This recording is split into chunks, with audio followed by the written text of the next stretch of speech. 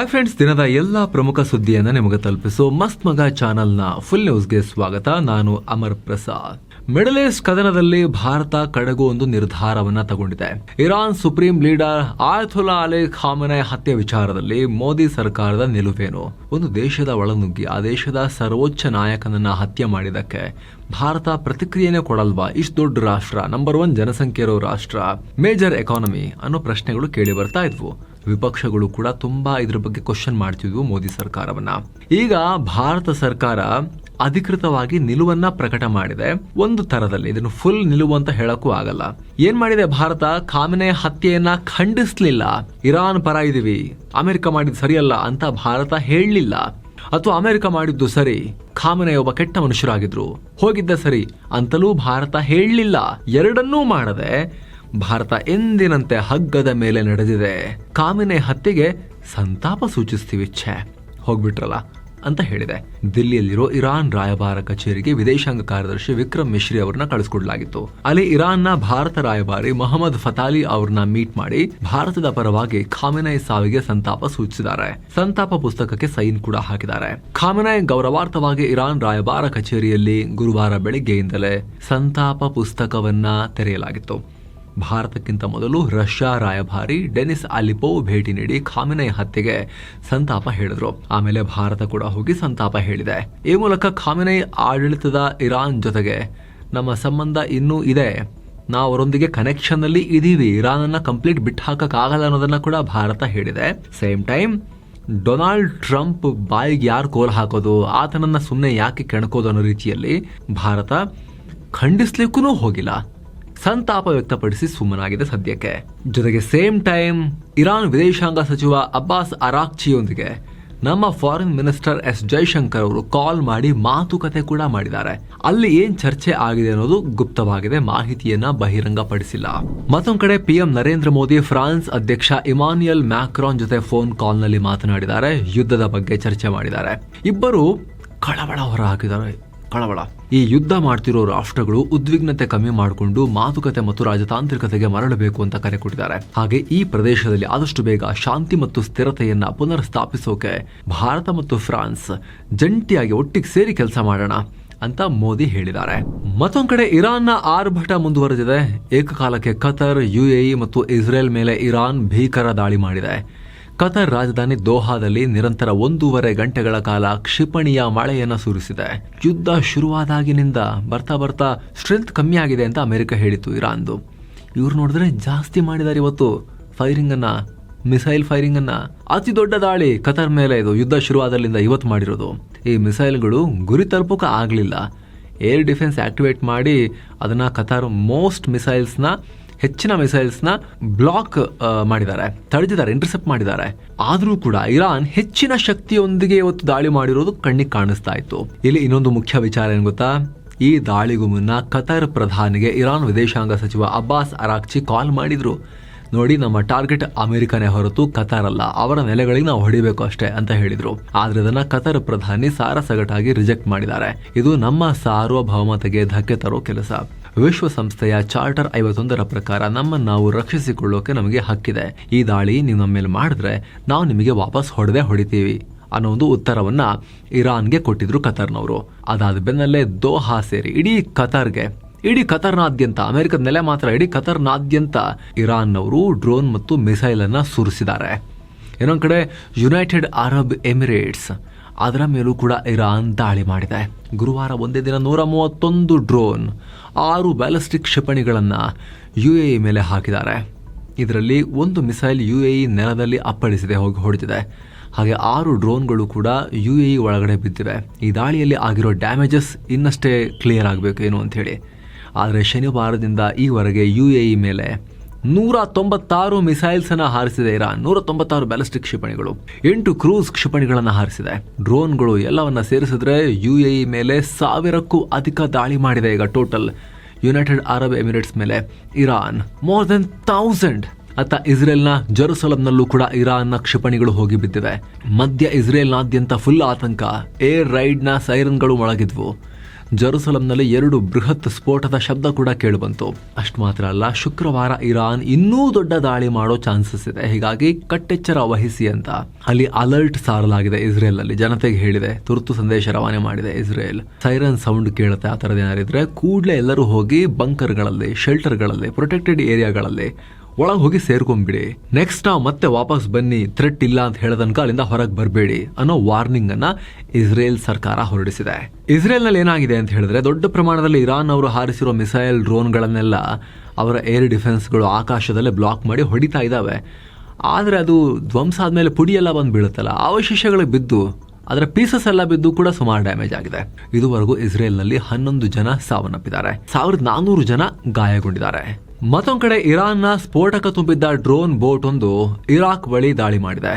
Bahamas ಧ್ವಜ ಹೊಂದಿದ್ದ ಸೊನಾಂಗೋಲ್ ನಮೀಬೆ ಅನ್ನೋ ಬೃಹತ್ ಕಚ್ಚಾ ತೈಲ ಹಡಗಿನ ಮೇಲೆ ದಾಳಿ ಮಾಡಿದೆ. ಸ್ಥಳಕ್ಕೆ ಇರಾಕ್ನ ಸೆಕ್ಯೂರಿಟಿ ಆಫೀಸರ್ಸ್ ಓಡ್ ಬಂದಿದ್ದಾರೆ. ಇದು ಯುದ್ಧ ಶುರುವಾದ ಮೇಲೆ ಇರಾಕ್ ನೀರಿನಲ್ಲಿ, ಅಂದ್ರೆ ಇರಾಕ್ನ ವಿಶೇಷ ಆರ್ಥಿಕ ವಲಯದಲ್ಲಿ ನಡೆದ ಮೊದಲ ದಾಳಿ. ಏನು ಇಸ್ರೇಲ್ನ ದಾಳಿಗಳು ಕಂಟಿನ್ಯೂ ಆಗಿವೆ. ಮೇಲಿಂದ ಮೇಲೆ ನಡೀತಾ ಇರೋ ಈ ದಾಳಿಗೆ ಇರಾನ್ ಅಕ್ಷರಶಃ ಸ್ಮಶಾನದ ರೀತಿ ಬದಲಾಗಿದೆ. ದಾಳಿಗೆ ಹೆದರಿ ಅಲ್ಲಿನ ಜನ ಪಲಾಯನ ಮಾಡುತ್ತಿದ್ದಾರೆ. ರಾಜಧಾನಿ ತೆಹರಾನ್ನ ಸಾಕಷ್ಟು ಭಾಗಗಳು ಗಾಜಾ ರೀತಿಯಾಗಿವೆ. ಎಲ್ಲೆಲ್ಲೂ ಪುಡಿ ಪುಡಿ ಪುಡಿ ಪುಡಿ ಪುಡಿ ದಾಳಿಯ ಅವಶೇಷ, ಮುರಿದು ಹೋಗಿರೋ ಕಟ್ಟಡಗಳು. ಇದಕ್ಕೆ ಇರಾನ್ ತೀವ್ರ ಖಂಡನೆ ವ್ಯಕ್ತಪಡಿಸಿದೆ. ಇಸ್ರೇಲ್ ಮತ್ತು ಅಮೆರಿಕ ಉದ್ದೇಶಪೂರ್ವಕವಾಗಿ ನಮ್ಮ ಜನರ ಮೇಲೆ ದಾಳಿ ಮಾಡ್ತಿದ್ದಾರೆ ಅಂತ ಇರಾನ್ನ ವಿದೇಶಾಂಗ ವಕ್ತಾರ ಇಸ್ಮಾಯಿಲ್ ಬಕಾಯಿ ಹೇಳಿದ್ದಾರೆ. ಈ ದಾಳಿಯಿಂದ ಇದುವರೆಗೂ ಇರಾನ್ನಲ್ಲಿ 1230 ಜನರ ಪ್ರಾಣ ಹೋಗಿದೆ. ಇರಾನ್ ಸರ್ಕಾರದವರು, ಖಾಮೆನಿ ಸರ್ಕಾರದವರು, ಸೈನಿಕರು ಎಲ್ಲ ಸೇರಿದಂತೆ ನಾಗರಿಕರೆಲ್ಲ ಸೇರಿಬಿಟ್ಟು. ಮತ್ತೊಂದು ಕಡೆ ಇಸ್ರೇಲ್, ಅಮೆರಿಕ ಇರಾನ್ ಮೇಲೆ ದಾಳಿಯನ್ನು ಮುಂದುವರಿಸಿದ್ದಾರೆ. ಇರಾನ್ ರಾಜಧಾನಿ ತೆಹರಾನ್ನಲ್ಲಿದ್ದ ಆಜಾದಿ ಅಂತಾರಾಷ್ಟ್ರೀಯ ಫುಟ್ಬಾಲ್ ಸ್ಟೇಡಿಯಂ ಸಂಪೂರ್ಣ ನಾಶ ಆಗಿದೆ. ಸುಮಾರು 12,000 ಸೀಟಿಂಗ್ ವ್ಯವಸ್ಥೆ ಇದ್ದ ಈ ಇಂಡೋರ್ ಸ್ಟೇಡಿಯಂ ಈಗ ಅವಶೇಷಗಳ ರಾಶಿಯಾಗಿದೆ.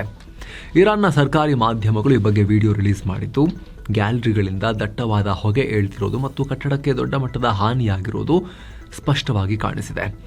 ಇದರ ಜೊತೆಗೆ ಇರಾನ್ನ ಸೈಕ್ಲಿಂಗ್ ಫೆಡರೇಷನ್ನ ಕಟ್ಟಡಗಳು, ಸ್ವಿಮ್ಮಿಂಗ್ ಪೂಲ್ ಕಾಂಪ್ಲೆಕ್ಸ್ಗಳು ಕೂಡ ನಾಶ ಆಗಿವೆ. ಅಲ್ಲದೆ ಪರನ್ನಲ್ಲಿರೋ 2 ಶಾಲೆಗಳ ಮೇಲೆ ಮಿಸೈಲ್ ದಾಳಿಗಳಾಗಿವೆ ಅಂತ ಇರಾನ್ ಹೇಳಿದೆ. ಮಾಧ್ಯಮಗಳು ದಾಳಿಯ ವಿಡಿಯೋವನ್ನು ರಿಲೀಸ್ ಮಾಡಿವೆ. ಇತ್ತ ಲೆಬನಾನ್ ಮೇಲೂ ಕೂಡ ಇಸ್ರೇಲ್ ದಾಳಿ ಕಂಟಿನ್ಯೂ ಆಗಿದೆ. ದಕ್ಷಿಣ ಲೆಬನಾನ್ನ ಹರೂಫ್ ಮತ್ತು ಕಫರ್ ರುಮನ್ ನಗರಗಳನ್ನು ಟಾರ್ಗೆಟ್ ಮಾಡಿದ್ದಾರೆ. ಕನಿಷ್ಠ 8 ಜನ ಪ್ರಾಣ ಕಳ್ಕೊಂಡಿದ್ದಾರೆ. ಇತ್ತ ಬೆರೂತ್ನಲ್ಲಿರೋ ಜನರಿಗೆ ಇಸ್ರೇಲ್ ಬೇರೆ ಕಡೆಗೆ ಸ್ಥಳಾಂತರಗೊಳ್ಳುವಂತೆ ವಾರ್ನಿಂಗ್ ಕೊಟ್ಟಿದೆ. ಎಲ್ಲ ಬೆಳವಣಿಗೆಗಳ ನಡುವೆ ನ್ಯಾಟೋ ಕೂಡ ನಿಧಾನಕ್ಕೆ ತಲೆ ಎತ್ತುತ್ತಾ ಇದೆ. ನ್ಯಾಟೋ ಇರಾನ್ ಮಾಡ್ತಿರೋ ಕೆಲಸ ಸರಿಯಲ್ಲ ಅಂತ ಹೇಳಿ ಆಕ್ಷೇಪ ವ್ಯಕ್ತಪಡಿಸಿದ್ದಾರೆ. ಇರಾನ್ ಮಿಡಲ್ ಈಸ್ಟ್ಗೆ ಮಾತ್ರ ಅಲ್ಲ, ಇಡೀ ಯುರೋಪ್ಗೆ ಬೆದರಿಕೆಯಾಗಿ ಬದಲಾಗ್ತಾ ಇದೆ ಅಂತ ನ್ಯಾಟೋದ ಜನರಲ್ ಸೆಕ್ರೆಟರಿ ಮಾರ್ಕ್ ರುಟೆ ಹೇಳಿದ್ದಾರೆ. ಅಷ್ಟು ಮಾತ್ರ ಅಲ್ಲ, ಇರಾನ್ ಮಾಡ್ತಿರೋ ರೀತಿ, ಅವರ ಬಿಹೇವಿಯರ್ ನೋಡ್ತಿದ್ರೆ ಅವ್ರ ಮೇಲೆ ದಾಳಿ ಮಾಡೋದು ಅನಿವಾರ್ಯವಾಗಿತ್ತು. ಇದಕ್ಕೆ ಟ್ರಂಪ್ಗೆ ಥ್ಯಾಂಕ್ಸ್ ಹೇಳಬೇಕು ಅಂತ ಹೇಳಿದ್ದಾರೆ. ನಿಮ್ಗೆ ಗೊತ್ತಿರ್ಬೋದು, ಈ ಹಿಂದೆ ಟ್ರಂಪ್ರನ್ನ ನಮ್ಮ ಡ್ಯಾಡಿ ಅಂತ ಕರೆದಿದ್ದು ಕೂಡ ಇದೇ ಮಾರ್ಕ್ ರುಟೆ. ಈಗ ಮತ್ತೆ ದಾಳಿ ಮಾಡಲೇಬೇಕಾಗಿತ್ತು, ಬೇರೆ ದಾರಿ ಇರಲಿಲ್ಲ, ಟ್ರಂಪ್ ಥ್ಯಾಂಕ್ಸ್ ಹೇಳಬೇಕು ಅಂತ ಹೇಳಿದ್ದಾರೆ ಇವರು, ನ್ಯಾಟೋದ ಚೀಫ್. ಏನೋ ಗಲ್ಫ್ನಲ್ಲಿ ಸಂಘರ್ಷ ಇರೋದ್ರಿಂದ ಭಾರತಕ್ಕೆ ನೈಸರ್ಗಿಕ ಅನಿಲದ ಪೂರೈಕೆಗೆ ಸಮಸ್ಯೆ ಆಗೋ ಭಯ ಇದೆ. ಹೀಗಾಗಿ ಭಾರತಕ್ಕೆ ನಾವು ಗ್ಯಾಸ್ ಪೂರೈಕೆ ಮಾಡ್ತೀವಿ ಅಂತ ಆಸ್ಟ್ರೇಲಿಯಾ ಮತ್ತು ಕ್ಯಾನಡಾಗಳು ಆಫರ್ ಕೊಟ್ಟಿವೆ. ಸಂಘರ್ಷದಲ್ಲಿ ಕತರ್ನ LNG ಉತ್ಪಾದನಾ ಘಟಕಗಳ ಮೇಲೆ ದಾಳಿ ಆಗ್ತಾ ಇದೆ. ಹೀಗಾಗಿ ಭಾರತಕ್ಕೆ ಹೋಗಬೇಕಾಗಿದ್ದ ಗ್ಯಾಸ್ ಸಪ್ಲೈಗೆ ದೊಡ್ಡ ಅಡಚಣೆಯಾಗಿದೆ. ಭಾರತಕ್ಕೆ ಪ್ರತಿದಿನ ಬೇಕಾಗಿರೋ 195 MMSCMD ಅನಿಲದಲ್ಲಿ ಬರೋಬ್ಬರಿ 60 MMSCMD ಅನಿಲ ಕತರ್ನಿಂದಲೇ ಬರ್ತಾ ಇತ್ತು. MMSCMD ಅಂದರೆ ಅದು kg ಗ್ರಾಮ್ ಅಂತಿರಲ್ಲ, ಹಾಗೆ ದೊಡ್ಡ ಪ್ರಮಾಣದಲ್ಲಿ ಅನಿಲವನ್ನು ಅಳಿಯೋಕ್ಕೆ million metric standard cubic metres per day. ಆದ್ರೀಗ ಹೊರ್ಮುಸ್ ಜಲಸಂಧಿ ಕ್ಲೋಸ್ ಆಗಿರೋದ್ರಿಂದ ಹಡಗುಗಳ ಸಂಚಾರ ಸ್ಥಗಿತಗೊಂಡಿದೆ. ಇದರಿಂದ ಕೈಗಾರಿಕೆಗಳು ಹಾಗೂ CNG ವಿತರಣಾ ಕಂಪನಿಗಳಿಗೆ 40% ಸಪ್ಲೈ ಕಟ್ ಆಗೋ ಆತಂಕ ಇದೆ. ಅಫ್ಕೋರ್ಸ್ ಈಗ ಆಲ್ರೆಡಿ ಅನಿಲ ಪೂರೈಕೆಗೆ ಭಾರತ UAE ಮತ್ತು ಅಮೆರಿಕದೊಂದಿಗೆ ಹೊಸ ಒಪ್ಪಂದ ಮಾಡಿಕೊಂಡಿದೆ. ಆದರೂ ಕೂಡ ಸಡನ್ ಆಗಿ ಒಂದು ಕಡೆಯಿಂದ ಬರ್ತಾ ಇರೋದು ಸ್ಟಾಪ್ ಆದಾಗ ಅಡಚಣೆ ಆಗ್ಬೋದಲ್ವಾ. ಹಾಗಾಗಿ ಆಲ್ಟರ್ನೇಟಿವ್ ವ್ಯವಸ್ಥೆಗಳು ಎಲ್ಲೆಲ್ಲಿ ಸಿಗ್ತಾವಂತ ಹೇಳಿ ಈಗ ಎಕ್ಸ್ಪ್ಲೋರ್ ಮಾಡೋ ಪ್ರಯತ್ನ ನಡೀತಾ ಇದೆ. ಇನ್ನು ಭಾರತಕ್ಕೆ ತೈಲ ವಿಚಾರವಾಗಿ ಅಮೆರಿಕ ದೊಡ್ಡ ಹೇಳಿಕೆ ಕೊಟ್ಟಿದೆ. ನಮಗಿಂತ ಬೆಟರ್ ಆಯಿಲ್ ನಿಮಗೆ ಯಾರೂ ಕೊಡಲ್ಲ, ತಗೊಳ್ಳಿ ನಮ್ಮ ಹತ್ರ ಅಂತ. ದಿಲ್ಲಿಲಿ ನಡೆದ ರೈಸಿನಾ ಡೈಲಾಗ್ನಲ್ಲಿ ಅಮೆರಿಕದ deputy secretary of state Christopher Landau ಮಾತನಾಡಿದ್ರು. ಈ ವೇಳೆ ಭಾರತ ತೈಲ ಬೇಕು ಅಂದ್ರೆ ಅಮೆರಿಕ ಕಡೆಗೆ ಮುಖ ಮಾಡಿ. ಈಗ ಭಾರತ ತೈಲಕ್ಕಾಗಿ ಬೇರೆ ಕಡೆ ಗಮನ ಹರಿಸ್ತಾ ಇದೆ ಅಂತ ನಾನು ಕೇಳ್ಪಟ್ಟೆ, ರಷ್ಯಾ ಕಡೆಗೆ ಅಂತ ಅವ್ರು ಹೇಳಿಲ್ಲ, ಬಟ್ ಅರ್ಥ ಇದೆ. ಆ ಥರ ಮಾಡಬೇಡಿ. ಭಾರತಕ್ಕೆ ಅಮೆರಿಕಾಗಿಂತ ಬೆಟರ್ ಆಲ್ಟರ್ನೇಟ್ ಸಿಗೋಕೆ ಸಾಧ್ಯನೇ ಇಲ್ಲ ಅಂತ ಹೇಳಿದ್ದಾರೆ. ಸದ್ಯ ಮಿಡಲ್ ಈಸ್ಟ್ನಲ್ಲಿ ಯುದ್ಧ ಶುರುವಾಗಿ ತೈಲ ಬಿಕ್ಕಟ್ಟು ಶುರುವಾಗ್ತಿರೋ ಹೊತ್ತಲ್ಲಿ ಅಮೆರಿಕದಿಂದ ಈ ಹೇಳಿಕೆ ಬಂದಿದೆ. ಮತ್ತೊಂದು ಕಡೆ ರಷ್ಯಾ ಮತ್ತೆ ಆಯಿಲ್ ಕಳಿಸೋಕೆ ಶುರು ಮಾಡಿದೆ. 9.5 ಮಿಲಿಯನ್ ಬ್ಯಾರಲ್ ತೈಲವನ್ನ ಕಳಿಸ್ತಾ ಇದೆ ಅನ್ನೋ ಸುದ್ದಿ ಕೂಡ ಬರ್ತಾ ಇದೆ. ಈ ಟೈಮ್ನಲ್ಲಿ ಅಮೆರಿಕ ಹಿಂಗೆ ಹೇಳಿದೆ. ಏನೋ ಮಿಡಲ್ ಈಸ್ಟ್ ಕದನ ರಾಜ್ಯದ ಹಲವು ಉದ್ಯಮಗಳಿಗೆ ಪೆಟ್ಟು ಕೊಟ್ಟಿದೆ. ಅದರಲ್ಲೂ ಕೂಡ ಅಡಿಕೆ ಹಾಳೆಯಿಂದ ಮಾಡೋ ತಟ್ಟೆ ಇದೆಯಲ್ಲ, ರಫ್ತಿನಲ್ಲಿ ಸಮಸ್ಯೆ ಆಗ್ತಾ ಇದೆ. ಶಿವಮೊಗ್ಗ, ತುಮಕೂರು, ಉತ್ತರ ಕನ್ನಡ, ದಕ್ಷಿಣ ಕನ್ನಡ, ದಾವಣಗೆರೆ ಮತ್ತು ಚಿತ್ರದುರ್ಗದಲ್ಲಿ ಅಡಿಕೆ ಹಾಳೆಗಳಿಂದ ತಟ್ಟೆ ಮಾಡ್ತಾರೆ. ಇಲ್ಲಿ ತಯಾರಾಗೋ ಗುಣಮಟ್ಟದ ತಟ್ಟೆಗಳು Britain, Netherland, Australia, Israel, Germany ಅಂತ ರಾಷ್ಟ್ರಗಳಿಗೂ ಕೂಡ ರಫ್ತಾಗ್ತಾ ಇದ್ವು. ಶಿವಮೊಗ್ಗ ಜಿಲ್ಲೆ ಒಂದರಿಂದಲೇ ತಿಂಗಳಿಗೆ ಸುಮಾರು 40-45 ಕೋಟಿ ರೂಪಾಯಿ ಮೌಲ್ಯದ ಅಡಿಕೆ ಹಾಳೆ ತಟ್ಟೆಗಳು ರಫ್ತಾಗ್ತಿದ್ವು. ಕರ್ನಾಟಕ ಮತ್ತು ತಮಿಳುನಾಡು ಸೇರಿ ವಾರ್ಷಿಕವಾಗಿ 2,500 ಕೋಟಿ ರೂಪಾಯಿ ಮೌಲ್ಯದ ವಹಿವಾಟು ಮಾಡ್ತಾ ಇದ್ರು. ಆದರೆ ಯುದ್ಧದಿಂದಾಗಿ ಅಡಿಕೆ ಉತ್ಪನ್ನಗಳು ರಫ್ತಾಗದೆ ಕಾರ್ಖಾನೆಯಲ್ಲೇ ಉಳಿದಿವೆ. ಏನೋ ಇರಾನ್ನ ಖಾಮಿನೈ ಹತ್ಯೆ ಖಂಡಿಸಿ ರಾಜ್ಯದಲ್ಲಿ ಪ್ರತಿಭಟನೆಗಳು ನಡೆದಿದ್ವು. ಈ ವಿಚಾರವಾಗಿ ರಾಜ್ಯ ಗೃಹ ಮಂತ್ರಿ ಜಿ ಪರಮೇಶ್ವರ್ ಮಾತನಾಡಿದ್ದಾರೆ. ನಿಯಮಗಳನ್ನ ಉಲ್ಲಂಘಿಸಿ ಪ್ರತಿಭಟನೆ ಮಾಡಿದವರ ವಿರುದ್ಧ ಕೇಸ್ಗಳು ದಾಖಲಾಗಿವೆ. ಸರ್ಕಾರ ಪ್ರತಿಭಟನೆಗಳ ಬಗ್ಗೆ ಕ್ಲಿಯರ್ ರೂಲ್ಸ್ ಮಾಡಿದೆ. ಬೆಂಗಳೂರಲ್ಲಿ ಯಾವುದೇ ಸಭೆ ಸೇರೋಕೆ ಅನುಮತಿ ಅಗತ್ಯ ಇದೆ. ರೂಲ್ಸ್ ಉಲ್ಲಂಘಿಸಿ ಪ್ರತಿಭಟನೆ ಮಾಡಿದ್ರೆ ಕಾನೂನು ಪ್ರಕಾರ ಕೇಸ್ ಹಾಕ್ತೀವಿ, ಕ್ರಮ ತಗೋತೀವಿ ಅಂತ ಹೇಳಿದ್ದಾರೆ. ಅಲ್ಲದೆ ಹೈಕೋರ್ಟ್ ಆದೇಶದ ಪ್ರಕಾರ ಫ್ರೀಡಂ ಪಾರ್ಕ್ನಲ್ಲಿ ಮಾತ್ರ ಪ್ರತಿಭಟಿಸಬೇಕು. ಬೀದಿಗೆ ಬಂದು ಪ್ರತಿಭಟನೆ ಮಾಡೋದು ಕಾನೂನು ಬಾಹಿರ. ಬೀದಿಗೆ ಬರಕ್ಕೆ ಬಿಡಲ್ಲ ಅಂತ ಹೇಳಿದ್ದಾರೆ. ಖಾಮಿನೈ ಹತ್ಯೆ ವಿರೋಧಿಸಿ ಶಿಯಾ ಮುಸ್ಲಿಂ ಸಮುದಾಯದ ಮಹಿಳೆಯರು ಬೆಂಗಳೂರಲ್ಲಿ ಪ್ರತಿಭಟನಾ ಮೆರವಣಿಗೆ ಮಾಡಿದ್ರು. ಹಲವು ಕಡೆ ನಿಯಮ ಉಲ್ಲಂಘನೆಯಾಗಿದೆ ಅನ್ನೋ ಆರೋಪ ಕೇಳಿಬಂದಿತ್ತು. ಹೀಗಾಗಿ ಸಚಿವರು ಈ ತರ ಹೇಳಿದ್ದಾರೆ. ಏನೋ ಬೀದರ್ ಜಿಲ್ಲೆ ಬಸವ ಕಲ್ಯಾಣದಲ್ಲಿ ಮೌಲ್ವಿಯೊಬ್ಬರ ಮೇಲೆ ಹಿಂದೂ ಗುಂಪು ಹಲ್ಲೆ ಮಾಡಿರುವ ಆರೋಪ ಕೇಳಿಬಂದಿದೆ. ಇದಕ್ಕೆ ಆಕ್ರೋಶ ಕೂಡ ವ್ಯಕ್ತವಾಗಿದೆ. ಹಲ್ಲೆ ಮಾಡಿದವರ ವಿರುದ್ಧ ತಕ್ಷಣ ಕಠಿಣ ಕ್ರಮ ತಗೊಳ್ಳಿ ಅಂತ ಆಗ್ರಹಿಸಿ ಸಾವಿರಾರು ಮುಸ್ಲಿಮರು ಬಸವ ಕಲ್ಯಾಣ ಪೊಲೀಸ್ ಸ್ಟೇಷನ್ ಮುಂದೆ ಪ್ರತಿಭಟಿಸಿದ್ರು. ಈ ವೇಳೆ ಠಾಣೆಗೆ ಮುತ್ತಿಗೆ ಹಾಕೋಕ್ಕೂ ಪ್ರಯತ್ನ ಪಟ್ಟರು. ಕಲ್ಲು ತೂರಾಟ ಕೂಡ ಮಾಡಿದ್ರು. ಪರಿಣಾಮ ಪೊಲೀಸ್ ವಾಹನಗಳಿಗೆ ಡ್ಯಾಮೇಜಸ್ ಆಗಿದೆ. ತಕ್ಷಣ ಅಲರ್ಟ್ ಆದ ಪೊಲೀಸರು ಸಿಸಿಟಿವಿ ಆಧರಿಸಿ 49 ಜನರು ಈ ಕಲ್ಲು ತೂರಾಟ ಮಾಡಿದವರ ವಿರುದ್ಧ ಎಫ್ಐಆರ್ ಹಾಕಿದ್ದಾರೆ. ಹಾಗೆ ಈ ಪೈಕಿ 20 ಜನರನ್ನ ಅರೆಸ್ಟ್ ಕೂಡ ಮಾಡಿದ್ದಾರೆ. ಪ್ರತಿಭಟನೆ ಮಾಡಬೇಕು, ಕಲ್ಲು ಯಾಕೆ ಹೊಡಿತೀರಾ ಅಂತ ಹೇಳಿ. ಉಳಿದವರಿಗಾಗಿ ಪೊಲೀಸ್ ಸ್ಟೇಷನ್ ಮೇಲೆ ದಾಳಿ ಮಾಡಿದವರಿಗೆ ಈಗ ಹುಡುಕಾಟ ಕೂಡ ನಡೀತಾ ಇದೆ. ಮತ್ತೊಂದು ಕಡೆ ಮೌಲ್ವಿ ಮೇಲೆ ದಾಳಿ ಮಾಡಿದ 5 ಕೂಡ ವಶಕ್ಕೆ ತಗೊಳ್ಳಲಾಗಿದೆ, ಅರೆಸ್ಟ್ ಮಾಡಲಾಯಿತು, ನ್ಯಾಯಾಂಗ ಬಂಧನಕ್ಕೂ ಒಪ್ಪಿಸಲಾಗಿದೆ. ಬಸವ ಕಲ್ಯಾಣದಲ್ಲಿ ಬಿಗಿ ಪೊಲೀಸ್ ಭದ್ರತೆಯನ್ನು ಒದಗಿಸಲಾಗಿದೆ. ಈಗ ಏನೋ ಕೆಪಿಎಸ್ಸಿ ರಿಲೀಸ್ ಮಾಡಿದ ಕೆಎಎಸ್ ಫಲಿತಾಂಶದಲ್ಲಿ ಅಕ್ರಮ ಆಗಿದೆ ಅನ್ನೋ ಆರೋಪ ಕೇಳಿಬಂದಿತ್ತು. ಒಂದೇ ಕುಟುಂಬದ 2-3 ಆಯ್ಕೆಯಾಗಿರೋದು ಮತ್ತು ಸೀರಿಯಲ್ ನಂಬರ್ ಪ್ರಕಾರ ಕ್ಯಾಂಡಿಡೇಟ್ ಸೆಲೆಕ್ಟ್ ಆಗಿದ್ದಾರೆ ಅನ್ನೋದು ಅನುಮಾನಕ್ಕೆ ಕಾರಣ ಆಗಿತ್ತು. ಇದರ ಬೆನ್ನಲ್ಲೇ ಸರ್ಕಾರ ಕೆಪಿಎಸ್ಸಿ ಬಳಿ ಸ್ಪಷ್ಟೀಕರಣ ಕೇಳಿತ್ತು. ಈಗ ಕೆಪಿಎಸ್ಸಿ ಕಾರ್ಯದರ್ಶಿ ಜ್ಯೋತಿ ವಿವರವಾಗಿರೋ ಸ್ಪಷ್ಟೀಕರಣ ವರದಿಯನ್ನು ಕೊಟ್ಟಿದ್ದಾರೆ. ಮುಖ್ಯವಾಗಿ ಸಾರ್ವಜನಿಕ ವಲಯದಲ್ಲಿ ಕೇಳಿಬಂದ ಒಂದೇ ಕೊಠಡಿಯಲ್ಲಿ 15 ಅಭ್ಯರ್ಥಿಗಳು ಪಾಸ್ ಆಗಿದ್ದಾರೆ ಅನ್ನೋ ಆರೋಪಕ್ಕೆ ವರದಿಯಲ್ಲಿ ಅಂಕಿಅಂಶಗಳ ಸಮೇತ ಉತ್ತರ ಕೊಟ್ಟಿದ್ದಾರಂತೆ. ಆ ಥರ ಏನೂ ಆಗಿಲ್ಲ, ಗರಿಷ್ಠ 11 ಅಭ್ಯರ್ಥಿಗಳು ಮಾತ್ರ ಪಾಸ್ ಆಗಿದ್ದಾರೆ. ಇದು ಕಾಕತಾಳೀಯ ಕೋಇನ್ಸಿಡೆನ್ಸ್, ಇದು ಅಕ್ರಮ ಏನಾಗಲಿಲ್ಲ, ಅವ್ರು ಬರ್ದು ಪಾಸ್ ಆಗಿದ್ದಾರಷ್ಟೇ ಅನ್ನೋ ಸಮಜಾಯಿಷಿಯನ್ನು ಕೊಟ್ಟಿದ್ದಾರೆ. ಸಿಸಿಟಿವಿ ದೃಶ್ಯಗಳನ್ನು ಕೂಡ ಚೆಕ್ ಮಾಡಿದ್ದೀವಿ. ಅನುಮಾನ ವ್ಯಕ್ತವಾದ ಪರೀಕ್ಷಾ ಕೊಠಡಿಗಳ ದೃಶ್ಯಗಳನ್ನು ಪೂರ್ತಿ ನೋಡಿದ್ದೀವಿ. ಯಾವುದೇ ಅಕ್ರಮ ಅಥವಾ ಅನುಮಾನಾಸ್ಪದ ಚಟುವಟಿಕೆ ಕಂಡು ಬಂದೇ ಇಲ್ಲ ಅಂತ ಹೇಳಿದ್ದಾರೆ. ಜೊತೆಗೆ ಇದುವರೆಗೂ ಯಾವುದೇ ಅಭ್ಯರ್ಥಿ ಅಥವಾ ವ್ಯಕ್ತಿ ಕೆಪಿಎಸ್ಸಿಗೆ ನೇರವಾಗಿ ದೂರನ್ನ ಕೂಡ ಕೊಟ್ಟಿಲ್ಲ. ಸೋಷಿಯಲ್ ಮೀಡಿಯಾ ಆರೋಪ ಮಾತ್ರ, ಅಧಿಕೃತ ದೂರು ಯಾರೂ ಕೊಟ್ಟಿಲ್ಲ ಅಂತ ಕೆಪಿಎಸ್ಸಿ ಸಮರ್ಥನೆ ಮಾಡಿಕೊಂಡಿದೆ. ಏನೋ ಕರ್ನಾಟಕದಲ್ಲಿ ಅನರ್ಹ ಬಿಪಿಎಲ್ ಕಾರ್ಡ್ ಹೊಂದಿರೋ 15 ಲಕ್ಷಕ್ಕೂ ಅಧಿಕ ಜನರಿಗೆ ಸರ್ಕಾರ ಶಾಕ್ ಕೊಟ್ಟಿದೆ. ಕಳೆದ 5 ತಿಂಗಳಲ್ಲಿ ಆಹಾರ ಇಲಾಖೆ 5,632 ಬಿಪಿಎಲ್ ಕಾರ್ಡ್ಗಳನ್ನು ಶಾಶ್ವತವಾಗಿ ಕ್ಯಾನ್ಸಲ್ ಮಾಡಿದೆ. ಅಷ್ಟೇ ಅಲ್ಲದೆ ಬರೋಬ್ಬರಿ 4 ಲಕ್ಷಕ್ಕೂ ಅಧಿಕ ಕಾರ್ಡ್ಗಳನ್ನು ಬಿಪಿಎಲ್ನಿಂದ ಎಪಿಎಲ್ ಕಾರ್ಡ್ಗಳಾಗಿ ಪರಿವರ್ತನೆ ಮಾಡಿದೆ. 23,000ಕ್ಕೂ ಅಧಿಕ ಪಡಿತರ ಚೀಟಿಗಳನ್ನು ತಾತ್ಕಾಲಿಕವಾಗಿ ಸಸ್ಪೆಂಡ್ ಮಾಡಿದೆ. ಏನೋ ಬಿಹಾರ ಮುಖ್ಯಮಂತ್ರಿ ನಿತೀಶ್ ಕುಮಾರ್ ರಾಜೀನಾಮೆ ಕೊಡೋದು ಗ್ಯಾರಂಟಿ, ಬಿಹಾರದಲ್ಲಿ ಬಿಜೆಪಿಯವರು ಸಿಎಂ ಆಗೋದು ಬಹುತೇಕ ಗ್ಯಾರಂಟಿ ಅನ್ನೋ ವಾತಾವರಣ ಈಗ ಮತ್ತಷ್ಟು ಸ್ಪಷ್ಟವಾಗ್ತಿದೆ. ಯಾಕಂದರೆ ರಾಜ್ಯಸಭೆಗೆ ಹೋಗೋಕೆ ನಿತೀಶ್ ಕುಮಾರ್ ಅಧಿಕೃತವಾಗಿ ನಾಮಪತ್ರ ಸಲ್ಲಿಕೆ ಮಾಡಿದ್ದಾರೆ. ಮಾರ್ಚ್ 16ನೇ ತಾರೀಕು ಈ ಎಲೆಕ್ಷನ್ ನಡೆಯುತ್ತೆ. ಈ ಮೂಲಕ ಬಿಹಾರ ಸಿಎಂ ಸ್ಥಾನದಿಂದ ಅವರು ಕೆಳಗಿಳಿಯೋದು ಗ್ಯಾರಂಟಿ. ಈ ನಾಮಿನೇಷನ್ ಸಬ್ಮಿಟ್ ಮಾಡೋ ವೇಳೆ ಕೇಂದ್ರ ಗೃಹ ಮಂತ್ರಿ ಅಮಿತ್ ಶಾ ಕೂಡ ನಿತೀಶ್ ಜೊತೆಗಿದ್ರು. ಈ ಬಗ್ಗೆ ನಿತೀಶ್ ಕುಮಾರ್ ಮಾತನಾಡಿದ್ದಾರೆ. ನಾನು ಈಗ ಆಲ್ರೆಡಿ ವಿಧಾನಸಭೆ, ವಿಧಾನ ಪರಿಷತ್ ಮತ್ತು ಲೋಕಸಭೆಯಲ್ಲೆಲ್ಲ ಕೆಲಸ ಮಾಡಿದ್ದೀನಿ. ಒಂದ್ಸಲಿನೂ ರಾಜ್ಯಸಭೆಗೆ ಬಂದಿರಲಿಲ್ಲ. ಅಲ್ಲಿಗೆ ಹೋಗಬೇಕು ಅನ್ನೋದು ಬಹಳ ದಿನಗಳ ಕನಸಾಗಿತ್ತು. ಅದಕ್ಕೆ ಅನ್ನೋ ಥರದಲ್ಲಿ ಹೇಳಿಕೆ ಕೊಟ್ಟಿದ್ದಾರೆ. ಅಲ್ಲದೆ ಮುಂದಿನ ಬಿಹಾರ ಸರ್ಕಾರಕ್ಕೆ ನನ್ನ ಮಾರ್ಗದರ್ಶನ, ಸಪೋರ್ಟ್ ಎಲ್ಲ ಇರುತ್ತೆ ಅಂತಲೂ ಹೇಳಿದ್ದಾರೆ. ನೆಕ್ಸ್ಟ್ ಬಿಹಾರದಲ್ಲಿ ಬಿಜೆಪಿಯಿಂದ ಸಿಎಂ ಇರ್ತಾರೆ. ನಿತೀಶ್ ಮಗ ನಿಶಾಂತ್ ಡಿಸಿಎಂ ಆಗ್ತಾರೆ ಅನ್ನೋ ಲೆಕ್ಕಾಚಾರಗಳಿದಾವೆ. ಎಲ್ಲ ಬೆಳವಣಿಗೆಗಳನ್ನು ನೋಡ್ತಾ ಇದ್ದಾರೆ. ನೆಕ್ಸ್ಟ್ ನಿಧಾನಕ್ಕೆ ನಿತೀಶ್ ಯುಗದ ನಂತರ, ಫ್ಯೂಚರ್ನಲ್ಲಿ ನಿತೀಶ್ ನಂತರದ ಕಾಲದಲ್ಲಿ JDU ನೀಟಾಗಿ BJP ಒಳಗೆ ಮಿಕ್ಸ್ ಮಾಡಿ ಕಾಕ್ಟೈಲ್ ಮಾಡಿ ಶೇಕ್ ಮಾಡೋಕ್ಕೆ BJP ಪ್ಲಾನ್ ಮಾಡ್ದಂಗೆ ಕಾಣಿಸ್ತಾ ಇದೆ ಬಿಹಾರದಲ್ಲಿ. ಬರೀ ಬಿಹಾರ ಮಾತ್ರ ಅಲ್ಲ, ಕರ್ನಾಟಕ BJP JDS ಸಂಬಂಧಗಳ ಬಗ್ಗೆ ಕೂಡ ಕೆಲವರು ಹಂಗೆ ಕಮೆಂಟ್ ಮಾಡ್ತಿದಾರಪ್ಪ, ಪೊಲಿಟಿಕಲ್ ಕಮೆಂಟೇಟರ್ಸ್. ನೋಡ್ಬೇಕೇನಾಗುತ್ತೆ ಅಂತ. ಇನ್ನು ಸ್ನೇಹಿತರೆ, ಪಶ್ಚಿಮ ಬಂಗಾಳದಲ್ಲಿ ವಿಧಾನಸಭಾ ಚುನಾವಣೆಗೆ ಕೆಲವೇ ದಿನಗಳು ಬಾಕಿ ಇರುವಂತಹ ಸಂದರ್ಭದಲ್ಲಿ ರಾಜ್ಯಪಾಲ CV ಆನಂದ್ ಬೋಸ್ ಅವರು ರಾಜೀನಾಮೆ ಕೊಟ್ಟಿದ್ದಾರೆ. ಗವರ್ನರ್ ಸ್ಥಾನಕ್ಕೆ ರಾಜೀನಾಮೆ ಕೊಟ್ಟಿದ್ದಾರೆ ಇದ್ದಕ್ಕಿದ್ದಂತೆ, ದಿಢೀರಾಗಿ ಎಲೆಕ್ಷನ್ಗಿಂತ ಜಸ್ಟ್ ಬಿಫೋರ್. ಯಾಕೆ ಕೇಳಿದ್ರೆ 3.5 ವರ್ಷ ಆಯ್ತು ಗವರ್ನರ್ ಆಗಿ, ತುಂಬಾ ಟೈಮ್ ಕಳೆದುಬಿಟ್ಟೆ ರಾಜಭವನದಲ್ಲಿ, ಸಾಕು ನನಗೆ ಅನ್ನೋ ಒಂದು ವಿಚಿತ್ರ ಹೇಳಿಕೆಯನ್ನ ಕೊಟ್ಟಿದ್ದಾರೆ. ಈಗ ಮಾಹಿತಿ ಬರ್ತಾ ಇದೆ, ತಮಿಳುನಾಡಿನ ಗವರ್ನರ್ ಆಗಿರುವಂತಹ RN ರವಿ ಅವ್ರನ್ನ ತಮಿಳುನಾಡು DMK ಸರ್ಕಾರದೊಂದಿಗೆ ನಿರಂತರವಾಗಿ ಭಯಂಕರ ಸಂಘರ್ಷದಲ್ಲೇ ಯಾವಾಗಲೂ ಇರುವಂತಹ RN ರವಿ ಅವ್ರನ್ನ, ಮಾಜಿ IPS ಬೇರೆ ಅವರು, ಅವರನ್ನ ನೇಮಕ ಮಾಡಲಾಗ್ತಾ ಇದೆ ಬಂಗಾಳಕ್ಕೆ ಅನ್ನೋ ಮಾಹಿತಿ ಬರ್ತಾ ಇದೆ. ಮಮತಾ ಬ್ಯಾನರ್ಜಿ ಅವರು ಕೂಡ ಇದಕ್ಕೆ ಸಂಬಂಧಪಟ್ಟಂತೆ ಪೋಸ್ಟ್ ಮಾಡಿದ್ದಾರೆ. ಏನು ಪ್ರೆಷರ್ ಇತ್ತ ಏನೋ ಗೊತ್ತಿಲ್ಲ, ಶಾಕ್ ಆಯ್ತು ನನಗೆ. ನಮ್ಮ ಗವರ್ನರ್ ಇದಕ್ಕಿದ್ದಂತೆ ರಾಜೀನಾಮೆ ಕೊಟ್ಟಿರೋದು ನೋಡಿ ಶಾಕ್ ಆಯ್ತು. ಅವ್ರ ಮೇಲೆ ಏನಾದರೂ ಪ್ರೆಷರ್ ಇದ್ದಿರಬಹುದು ಅನ್ನೋ ತರದಲ್ಲಿ ಮಮತಾ ಬ್ಯಾನರ್ಜಿ ಹೇಳಿಕೆ ಕೊಟ್ಟಿದ್ದಾರೆ. ಜೊತೆಗೆ ಹೋಮ್ ಮಿನಿಸ್ಟರ್ ಅಮಿತ್ ಶಾ ನನಗೆ ಇನ್ಫಾರ್ಮ್ ಕೂಡ ಮಾಡಿದ್ದಾರೆ, RN ರವಿ ಅವರ ನೇಮಕ ಆಗಿದೆ ಅಂತ ಹೇಳಿ ಇನ್ಫಾರ್ಮ್ ಮಾಡಿದ್ದಾರೆ. ನಾನು ಕನ್ಸಲ್ಟೇ ಮಾಡಲಿಲ್ಲ ಸಂಪ್ರದಾಯದಂತೆ ಇದಕ್ಕೆ ಸಂಬಂಧಪಟ್ಟಂತೆ. ಅಮಿತ್ ಶಾ ಡೈರೆಕ್ಟ್ ಆಗಿ ಅಪಾಯಿಂಟ್ ಆಗಿದ್ದಾರೆ RN ರವಿ ಅಂತ ಹೇಳಿದ್ದಾರೆ ಅಷ್ಟೇ ಅಂತ ಮಮತಾ ಬ್ಯಾನರ್ಜಿ ಪೋಸ್ಟ್ ಹಾಕಿದ್ದಾರೆ. ಸ್ನೇಹಿತರಲ್ಲಿ ಗಮನಿಸಬೇಕಾಗಿರೋ ಅಂಶ ಏನು ಅಂತ ಹೇಳಿದ್ರೆ, ಪ್ರೀವಿಯಸ್ ಗವರ್ನರ್ ಇದ್ರಲ್ಲ ಜಗದೀಪ್ ಧನ್ಕರ್, ಆಮೇಲೆ ಉಪರಾಷ್ಟ್ರಪತಿ ಎಲ್ಲ ಆದ್ರಲ್ಲ, ಅವರು ಬೆಂಗಾಲಲ್ಲಿದ್ದಾಗ ಬಹಳ ಗಲಾಟೆ ನಡೀತಾ ಇತ್ತು ಮುಖ್ಯಮಂತ್ರಿಗೂ ಗವರ್ನರ್ಗೂ. ಅವ್ರು ಹೋಗಿ ಈ CV ಆನಂದ್ ಬೋಸ್ ಅವ್ರು ಬಂದ ಮೇಲೆ ಮಮತಾ ಸ್ವಲ್ಪ ಆನಂದವಾಗೇ ಇದ್ರು, ಅಷ್ಟೊಂದೇನು ಇಶ್ಯೂ ಇರಲಿಲ್ಲ. ಈಗ ಎಲೆಕ್ಷನ್ಗಿಂತ ಜಸ್ಟ್ ಬಿಫೋರ್ ಅವರ ರಾಜೀನಾಮೆ ಆಗಿದೆ. ತಮಿಳುನಾಡಿನ ಸ್ವಲ್ಪ ಅಗ್ರೆಸಿವ್ ಗವರ್ನರ್, ರಾಜ್ಯ ಸರ್ಕಾರ, ಎದುರಾಳಿ ಪಾರ್ಟಿಯ ರಾಜ್ಯ ಸರ್ಕಾರ ಇರೋದಲ್ವ ತಮಿಳುನಾಡಿನಲ್ಲಿ DMK ಅವ್ರದ್ದು, ಅವರೊಂದಿಗೆ ನಿರಂತರ ಕುಸ್ತಿಯಲ್ಲೇ ಇರುವಂತಹ RN ರವಿ ಅವ್ರನ್ನ ಬಂಗಾಳಕ್ಕೆ ಕಳಿಸೋಕೆ ಡಿಸಿಷನ್ ಆಗಿದೆ ಅನ್ನೋ ಮಾಹಿತಿ ಈಗ ಬರ್ತಾ ಇದೆ. ಏನು, ಭಾರತ ಪ್ರವಾಸದಲ್ಲಿರೋ ಫಿನ್ಲ್ಯಾಂಡ್ ಅಧ್ಯಕ್ಷ ಅಲೆಕ್ಸಾಂಡರ್ ಸ್ಟಬ್ PM ಮೋದಿಯೊಂದಿಗೆ ಹಲವು ದ್ವಿಪಕ್ಷೀಯ ಒಪ್ಪಂದಗಳಿಗೆ ಸೈನ್ ಹಾಕಿದ್ದಾರೆ. ಮುಖ್ಯವಾಗಿ ಆರ್ಥಿಕತೆ, ಕ್ಲೀನ್ ಎನರ್ಜಿ, ಡಿಜಿಟಲೈಸೇಷನ್ ಮತ್ತು ಇನೋವೇಷನ್ ಕ್ಷೇತ್ರಗಳಲ್ಲಿ ಪರಸ್ಪರ ಸಹಕಾರ ವೃದ್ಧಿಸುವ ಬಗ್ಗೆ ಡೀಲ್ ಆಗಿದೆ.